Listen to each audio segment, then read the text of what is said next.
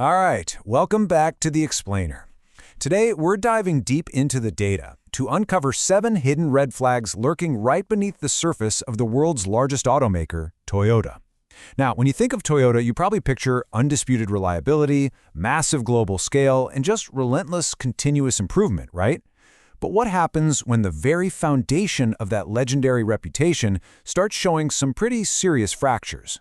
Well, today we're going to look way past the glowing headlines and systematically deconstruct what the actual numbers are telling us. Here's our roadmap for today.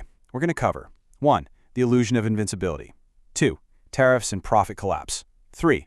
Recalls and legal time bombs. 4. European gambles and governance. 5. The global structural shift. And finally 6. The final verdict. So we'll start by looking at their top-line revenue facade, move into the harsh reality of tariffs and shrinking margins, explore some truly shocking operational failures, unpack a massive European gamble alongside some boardroom governance issues, and wrap up with a look at a fundamental shift in the global auto landscape. Let's get into it. Section 1. The illusion of invincibility. To kick things off, we really have to look at the massive facade of success Toyota built in fiscal year 2026. If you were just glancing at a high-level summary, you'd probably think the company has literally never been stronger. Toyota generated a record-shattering revenue of over $324 billion in fiscal year 2026. That is just an absolute mountain of capital. And alongside this, they sold nearly 10.5 million vehicles globally. Revenue climbed 5.5% to reach this record high. So purely on the surface, this paints a picture of an unstoppable juggernaut, just firing on all cylinders. But as we know, top-line revenue doesn't actually tell the whole story, does it? Because here's the immediate crack in the armor. While revenue hit that towering record high, their operating income actually plummeted by a massive 21.5%. Net income was also down by over 19%. Financial analysts are calling this a vortex of increased revenue, no profit growth. Basically, you're selling way more cars, you're making more gross revenue, but you're keeping significantly less of the money at the end of the day. Moving on to Section 2, Tariffs and Profit Collapse. We can actually pinpoint exactly where that money is bleeding out, which brings us to our first major red flags. Let's examine the North American market. Historically, this is Toyota's most profitable stronghold. Sales actually jumped by 8.5%, which is their highest volume since 2017. And yet, they posted an operating loss of $1.9 billion. Why did that happen? Well, they took a staggering $8.8 billion hit from U.S. tariffs. Think about that for a second. Toyota sold more cars in North America than they have in nearly a decade, yet they lost money in the region for the first time since the 2008 financial crisis. The operating margin there completely collapsed to negative 1.4%. And this isn't just a one-time fluke. We are looking at a vortex of 3 consecutive years of declining operating profits. They went from 4.8 trillion yen in fiscal 2025 down to 3.77 trillion in 2026, and get this, they are projecting a further drop down to just 3.0 trillion yen in 2027. Globally, their profit margins are shrinking from a really healthy 10% to an expected sub-6%. And the crucial takeaway here is that this isn't just some external speculation. Look at this quote from Yoichi Miyazaki, Toyota's own chief financial officer. When the guy in charge of balancing the books publicly expresses this level of worry over 3 consecutive years of flat or declining earnings outlooks, you absolutely know the financial peril is real. All right, Section 3, Recalls and Legal Time Bombs. Because a financial bleed is one thing, but it's heavily compounded by a massive legal liability quietly brewing in the background, right alongside cracking consumer trust. Toyota's unparalleled reputation for reliability is taking a massive, direct hit right now.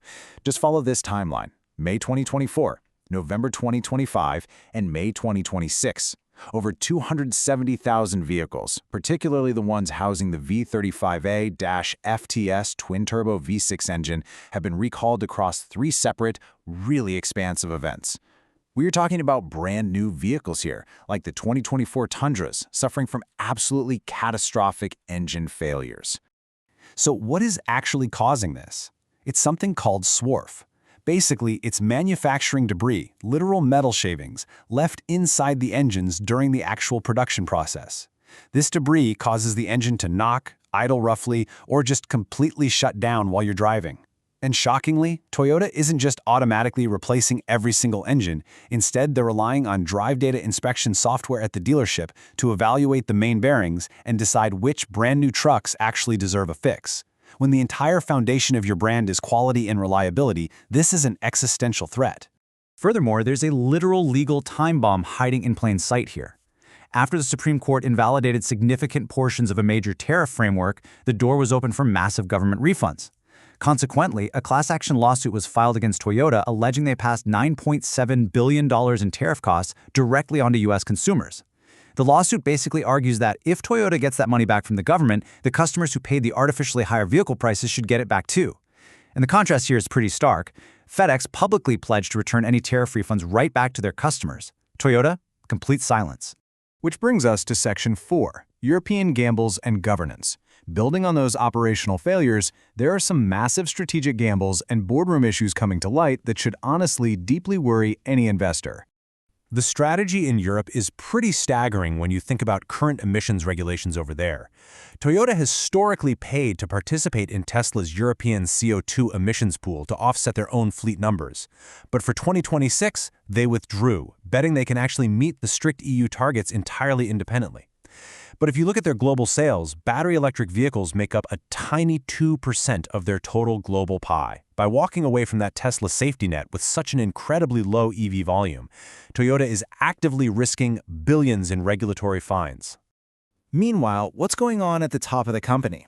Chairman Akio Toyoda received an 8% pay increase to 2.113 billion yen, which is roughly $13.5 million. That is the highest executive compensation in Toyota's history. That record pay is perfectly juxtaposed against a collapsing net profit of 21.5%. Record executive pay during a massive profit collapse? That is a glaring red flag for corporate governance. On top of that, they currently hold roughly 3 trillion yen, so about $15 billion, in incredibly opaque cross-shareholdings.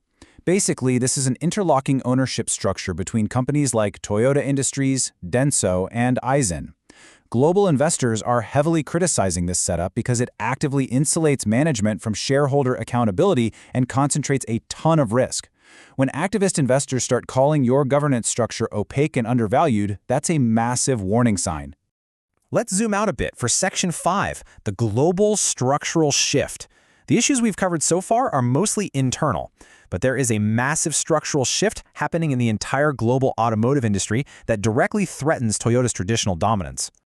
The legendary Japanese Keiretsu, that tightly knit supplier network that literally gave Toyota its historic competitive edge, is collapsing in a panic. Traditional Japanese suppliers are losing orders rapidly, and companies like Toyota are being forced into an accelerating reliance on Chinese supply chains. And simultaneously, Chinese automakers officially surpassed Japanese manufacturers globally, reaching nearly 27 million vehicles. Meanwhile, Japanese market share inside China has fallen to roughly just 10%. Toyota really finds itself on the wrong side of a massive, permanent structural shift in how and where cars are built and sold around the world. All right, let's wrap this up in Section 6, the final verdict. Let's look at all the data completely objectively to figure out what is truly going on beneath the surface here. Summarizing these 7 red flags makes one thing overwhelmingly clear. We are not just looking at temporary headwinds here, like a bad quarter or a minor supply chain hiccup. You are looking at 7 fundamental, structural challenges hiding in plain sight right behind that record revenue number. From legal time bombs and manufacturing debris in their engines, to high-risk gambles in Europe and a collapsing traditional supply chain. Which naturally leads to the big question, does this mean Toyota is completely doomed? Look, we have to be balanced here. Toyota still commands an absolutely incredible 60% brand loyalty. They possess a massive cash fortress, and their global scale is pretty much unmatched. They absolutely have the resources to pivot. But make no mistake, this is the beginning of a harsh reality check. The market can stay irrational for a while, but reality always catches up eventually. Ultimately, fundamentals win out. The numbers just don't lie. Whether it's bleeding profits from tariffs, consumer trust cracking over engine debris, high-risk gambles in Europe, or the total collapse of their traditional supply chains, these 7 red flags demand our attention. If this explainer helped you look past the surface-level headlines and you found the data valuable, please make sure to like, share, and subscribe for more unbiased, data-driven explainers just like this one. So I'll leave you with this final thought. As Chinese automakers surge and traditional foundations crack, is Toyota's legendary 60% brand loyalty enough of a shield, or are we witnessing the slow unraveling of an empire? Do your own research, and we'll see you in the next one.